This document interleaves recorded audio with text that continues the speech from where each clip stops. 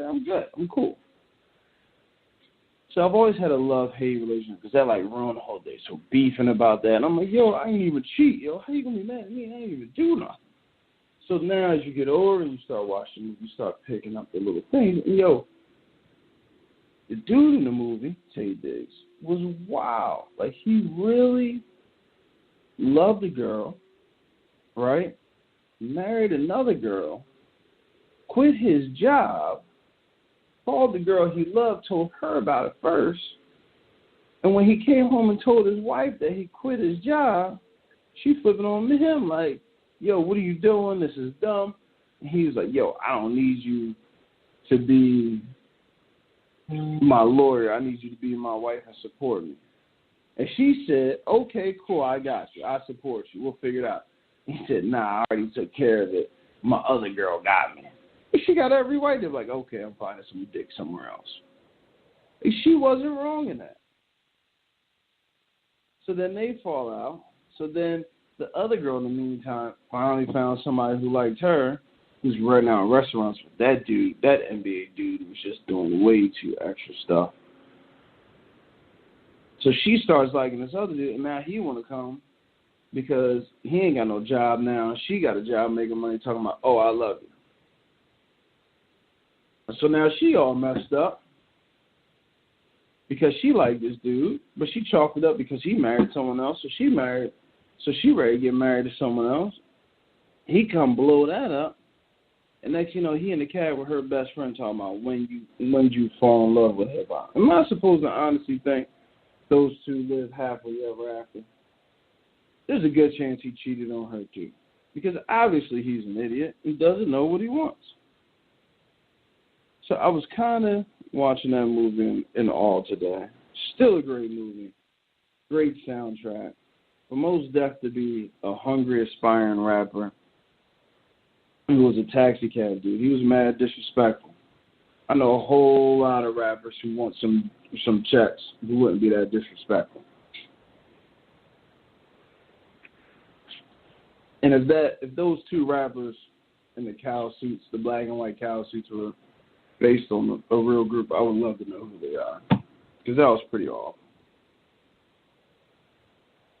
So if you haven't seen Brown Sugar in a while, check it out. It's pretty fucking ridiculous when it comes to a relationship movie. I can't believe it's giving me so many problems. Thankfully, when I watch it now, my wife just looks at me like, if you want to go, please go ahead, because I'm taking half. My wife is pretty ignorant in that. My wife wouldn't fight for me at all. I don't know if that's love, or if that's just being her, if she's just being honest with herself. Like, life is about self-reflection, self-assessments. I got a lot of buddies who do a lot of good work when it comes to self-assessment, self-worth, motivation, and all that stuff. But life really is about constantly reflecting on yourself. And I think my wife understands that. She will take me for everything I have and still tell me she loves me. And I've just accepted that.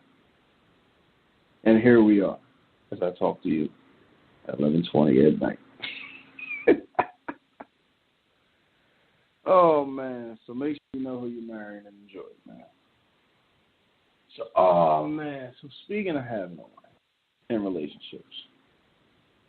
So I'm in Jersey, right? And again, I crack these jokes about my wife because, of course, I'm with her every day. She's great. But my wife, for being that she would take me for everything that I have and probably poison me and leave me in jail, the good side of that is she lets me have my freedoms. So we're in Jersey. Of course, I got family in Jersey. Call up a couple of homies. I'm like, yo, try and grab a drink tonight? Yeah, cool. So meet up at the bar. Wife, she not feeling well, stomach acting up. She's like, I'm going to take it down. Go have fun with your boys. Cool. So we're in the bar in Camden hanging out. And, of course, I'm catching up with my boys. But there are women around. You start having casual conversation. Now, as a serial relationship is, because there's only been one girl I would have considered that I've dated and had a relationship with that wasn't my actual girlfriend. Everyone else I was in a long relationship with. So I'm a serial date. So I'm okay with having casual conversations with women who are not my girlfriend because I've had to deal with most of my life because I've talked to a bunch of women who aren't actually my girlfriend. And I can have casual conversations and not be anything further. But what I've noticed now that I've gotten older is back in the day, I get a little sauce in me, start cracking jokes.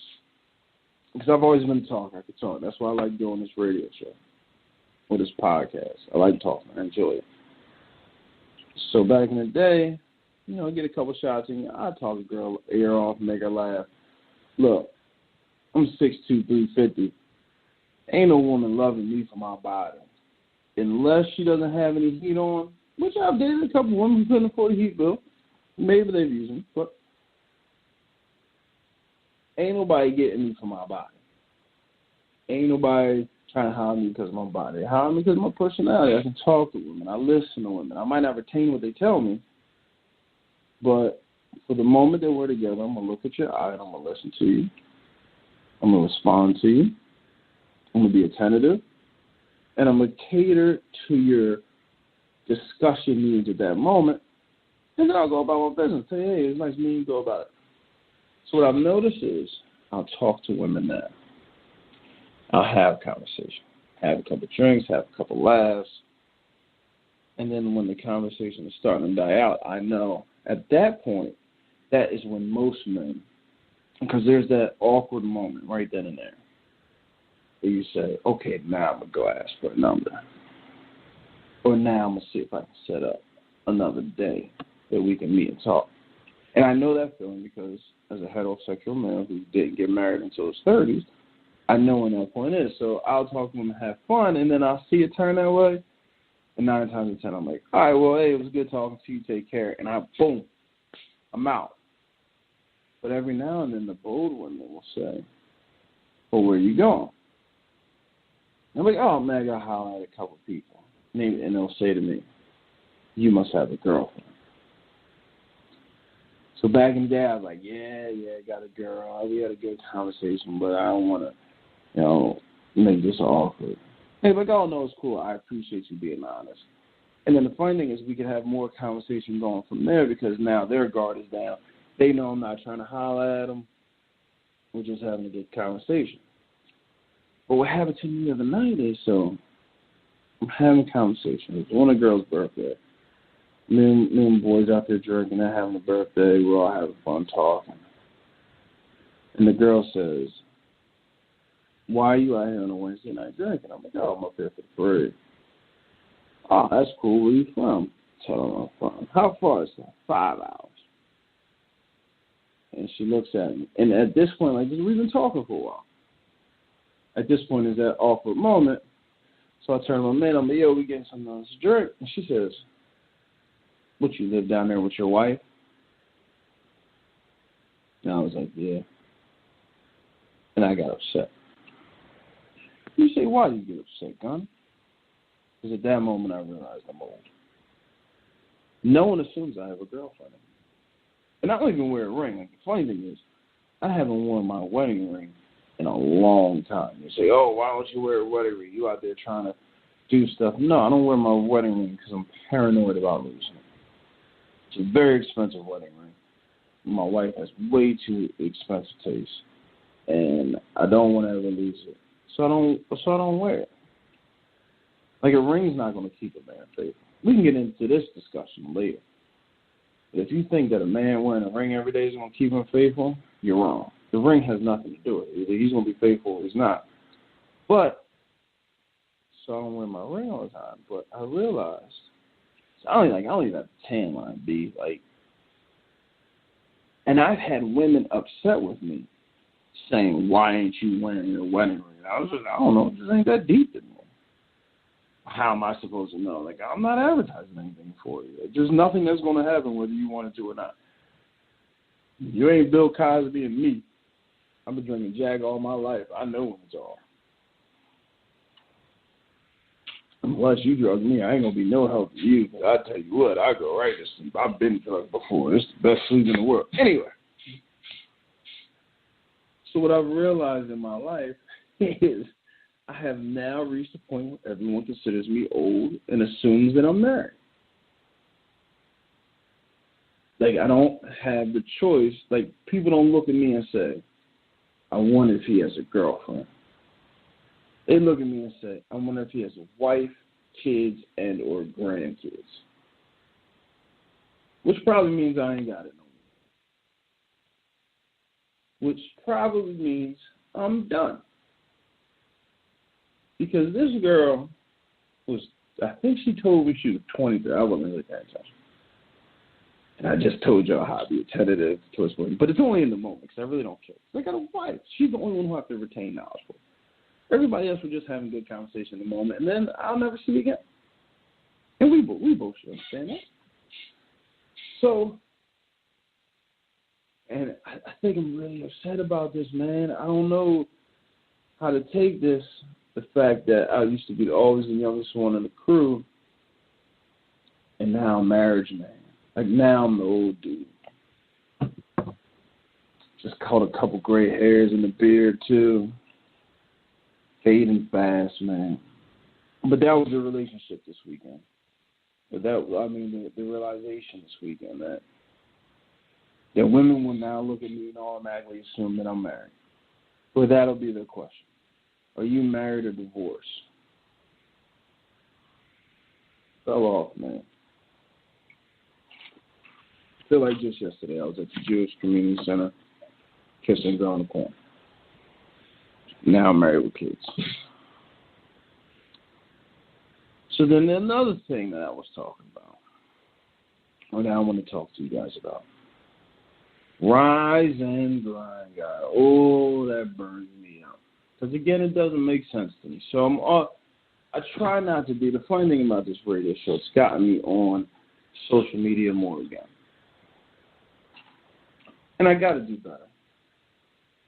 But every now and then, and there are a lot of them are my friends, very good people, good human beings.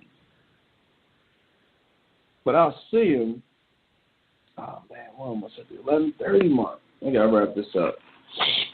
I don't want to get this off my chest because I want to talk to y'all about this next week when y'all hear about this. But rise and grind, guy, yo. You're not rising, you're not fucking grinding anything. Unless you're a coffee maker, unless you make hot chocolate or gravel, you're not rising and you're not grinding. Unless you get in the middle of the night, cheeks, and you could be rising and grinding. But if you're taking a picture of you working out in the morning, making a muscle, you haven't risen and you haven't grinded. What you did is you woke up when your alarm went off. You looked at that shit like the rest of us and wish you had another 30 minutes. But like the rest of us, you realized you just wanted to do something else. So you turn that shit off. Hopefully you washed your ass and brushed your teeth and threw some deodorant on before you took your funky ass to the gym. And you warmed up and you worked out. And at the end of your workout, you said to yourself, man, I'm glad this got this working. Let me take this selfie to show my self-importance and boost my ego and show everybody that I'm rising and I'm grinding. No, you're not fucking grinding. You rose about 6 hours ago.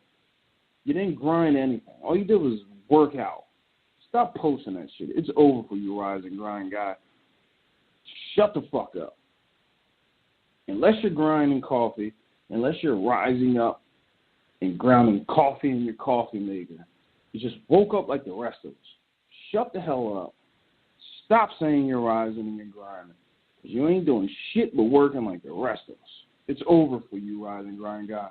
It's over.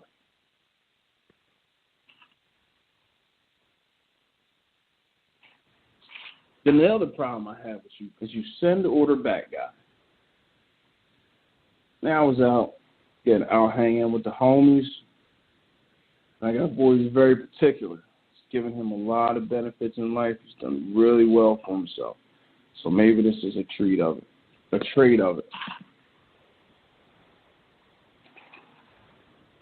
he orders a burger. And he tells the waiter, I want it pink, but not too bloody. really hot but not cold inside. And I said, what the